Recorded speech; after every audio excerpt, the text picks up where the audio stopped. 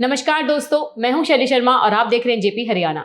दोस्तों, आज हम बात करेंगे हरियाणा में खाली हुई राज्यसभा सीट के बारे में। राज्यसभा की सीट कृष्णलाल पंवार के इस्तीफा देने से खाली हुई थी। कृष्णलाल पंवार कैबिनेट मंत्री बन गए हैं। भाजपा के पास 48 विधायक है, तो जाहिर है भाजपा का ही कोई चेहरा होगा। इस सीट के लिए कई नाम भी चल रहे हैं। भाजपा इसी विषय पर मंथन कर रही है और इसी विषय पर आज हम चर्चा करेंगे। हमारे साथ है एनजेपी के प्रधान संपादक महेश कुमार वैद। सर, सबसे पहले आपका स्वागत है। सर, आपका क्या मानना है, भाजपा इस सीट पर किसको भेजने वाली है? भाजपा कई दिनों से मंथन कर रही है, क्या जातीय समीकरण देखेगी, क्या लग रहा है आपको?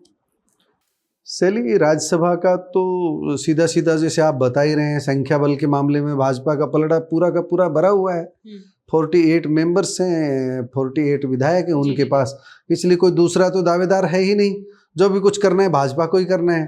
तो भारतीय जनता पार्टी के पास एक अनार 100 बीमार की स्थिति है। आप देखेंगे कि अभी कुलदीप बिश्नोई मिल करके आए थे चीफ मिनिस्टर से, दूसरे भाजपा के जो सीनियर लीडर्स हैं उनसे भी मुलाकात का सिलसिला जारी है, और जो अलग अलग जो हमारे वरिष्ठ पत्रकार साथी हैं वो भी अपने अपने हिसाब से आकलन कर रहे हैं। कोई किसी का नाम ले रहा है, कोई किसी का नाम ले रहा है। लेकिन शैली, हमको अगर जातीय समीकरण की आप बात कर रही है, जातीय समीकरण देखें तो अभी राज्यसभा में जो हम 4 नाम हैं, वो 4 नाम आप देखेंगे तो उनमें से 2 जाट समुदाय से हैं। किरण चौधरी का नाम है, सुभाष बराला का नाम है, जो पहले से ही राज्यसभा में सदस्य हैं जो भाजपा की ओर से। तो जाट समुदाय का मुझे लगता है, बाकी तो जाट समुदाय से नाम आ रहे हैं सामने, तो हम देखेंगे तो वहाँ पर मुझे लगता है कि जाट समुदाय से अब राज्यसभा में कोई नया नाम नहीं भेजा जाएगा। जाट समाज की बजाय किसी दूसरे समुदाय की चर्चा होगी, जो है दूसरे समुदाय पर भाजपा मंथन करेगी। और दूसरा समुदाय कौन सा समुदाय हो सकता है, उसके बारे में जरा। शैली, हम देखें तो अभी राज्यसभा में जो एक सदस्य हैं वो कार्तिकेय शर्मा हैं, वो जनरल से हैं, और एक रामचंद्र जांगड़ा है, वो BCA से है। जातीय समीकरण की बात करें तो सबसे मजबूत दावेदारी कृष्णलाल पंवार ने रिजाइन किया था। कृष्णलाल पंवार के इस्तीफे से खाली हुई, उनके कैबिनेट मंत्री बनने से खाली हुई, तो उनको तो राज्यसभा से बड़ा पद दे दिया गया। इसलिए भाजपा SC को लेकर के अपना बचाव भी कर सकती है कि SC को तो हमने प्रतिनिधित्व दे दिया है, 2 कैबिनेट मिनिस्टर बना दिए हैं हमने, तो ऐसा भाजपा कह सकती है। कृष्ण कुमार बेदी को बना दिया जो हरियाणा में। लेकिन फिर भी मुझे लगता है कि SC की दावेदारी काफ़ी मजबूत है, क्योंकि लोकसभा में इस बार SC का प्रतिनिधित्व नहीं है, और राज्यसभा में भी अभी तक जो 4 मेंबर हैं उनमें SC का प्रतिनिधित्व नहीं है। इसलिए मेरा मानना है कि भाजपा सोशल इंजीनियरिंग को अगर सही ढंग से साधने का प्रयास करेगी तो वहाँ पर SC से किसी सदस्य को, SC वर्ग से किसी को वहाँ राज्यसभा में भेज सकती है। तो SC को लेकर के हमारे पास कई नाम हैं। जैसे हम देखें दक्षिण हरियाणा की बात करें अहिरवाल से, तो डॉक्टर बनवारी लाल है, इस बार उनकी टिकट पे कैंची चल गई थी। तो हो सकता है पार्टी कंसीडर कर ले, हो सकता है पार्टी उनको टिकट दे दे, राज्यसभा में भेजने की कोशिश कर ले। लेकिन ये निर्भर करेगा कि उनकी पैरवी कौन करता है। मुझे लगता नहीं कि उनकी पैरवी कहीं किसी उच्च स्तर पर हो पाएगी उतनी मजबूती से, जितनी मजबूती की जरूरत होती है। दूसरा नाम हम देखेंगे कि सुनीता दुग्गल है, जो उनकी टिकट कटी, सिरसा से उनको टिकट नहीं दी गई, अशोक तंवर को लड़ाया गया। अशोक तंवर तो कांग्रेसी बन चुके हैं, इसलिए भारतीय जनता पार्टी चाहेगी कि सुनीता दुग्गल को राज्यसभा में भेज दिया जाए।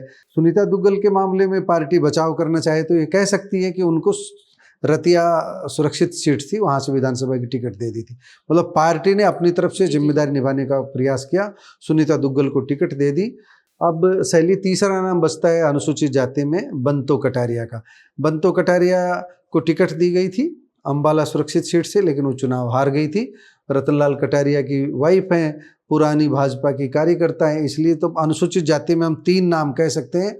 बंतो कटारिया है, सुनीता दुग्गल है और डॉक्टर बनवारी लाल है। इन तीनों में से किसी एक के नाम पर भाजपा विचार कर सकती है। ये नाम संजय भाटिया का नाम भी बड़ी मजबूती से चल रहा है, जैसे हम सोशल मीडिया पर देखते हैं या फिर और चैनलों में देखते हैं, तो संजय भाटिया का नाम भी काफी आगे चल रहा है। क्या कहना है आपका?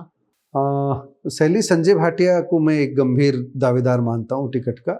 संजय भाटिया को अगर लेकर के हम बात करें तो अभी जब पंजाबी समुदाय की भागीदारी की बात करें तो पंजाबी समुदाय से हम बात करें तो पंजाबी समुदाय से मनोहर लाल तो भारी भरकम मंत्रालय उनके पास केंद्र में मंत्री है, और अभी पंजाबी समुदाय से कृष्ण कुमार मिड्डा को विधानसभा उपाध्यक्ष बनाया गया। इसलिए पंजाबी समुदाय की भागीदारी तो हो गई, लेकिन राज्यसभा में संजय भाटिया की दावेदारी इस आधार पर बन सकती है कि जब मनोहर लाल ने लोकसभा का चुनाव लड़ा तो उस समय संजय भाटिया की दावेदारी करनाल से बन रही थी। करनाल से मनोहर लाल को पार्टी ने उतार दिया तो संजय भाटिया रह गए। उनको विधानसभा का चुनाव नहीं लड़वाया गया जी। तो उस नाते एक अटकलबाजी लग रही है कि जब विधानसभा का चुनाव नहीं लड़वाया गया तो शायद उनको राज्यसभा के लिए वेटिंग में रखा गया है। तो राज्यसभा में संजय भाटिया का नाम है।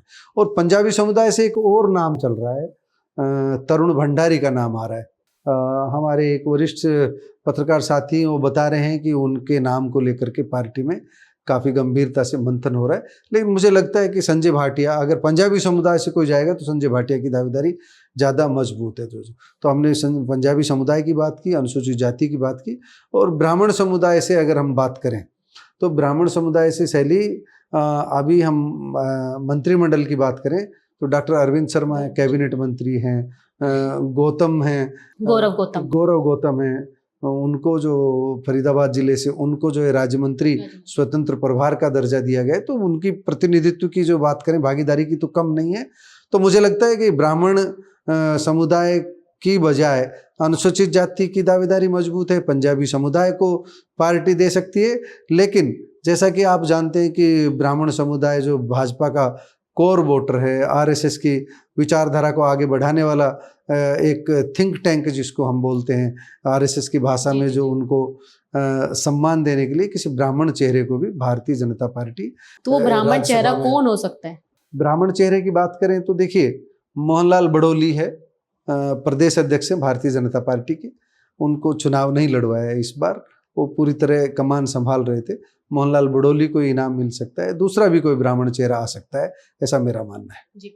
जाट समुदाय को लेकर के आपका क्या कहना है? जैसे कैप्टन अभिमन्यु हो गए, ओम प्रकाश धनखड़ हो गए, क्या मानना है आप? शैली, मैंने पहले इनकार किया है, दावेदारी दोनों की है कैप्टन, लेकिन कितनी मजबूती मानते हैं? मैं मजबूती इसलिए नहीं मान रहा क्योंकि 2 राज्यसभा में पहले से जाट समुदाय से हैं, सुभाष बराला है और किरण चौधरी को अभी भेजा है।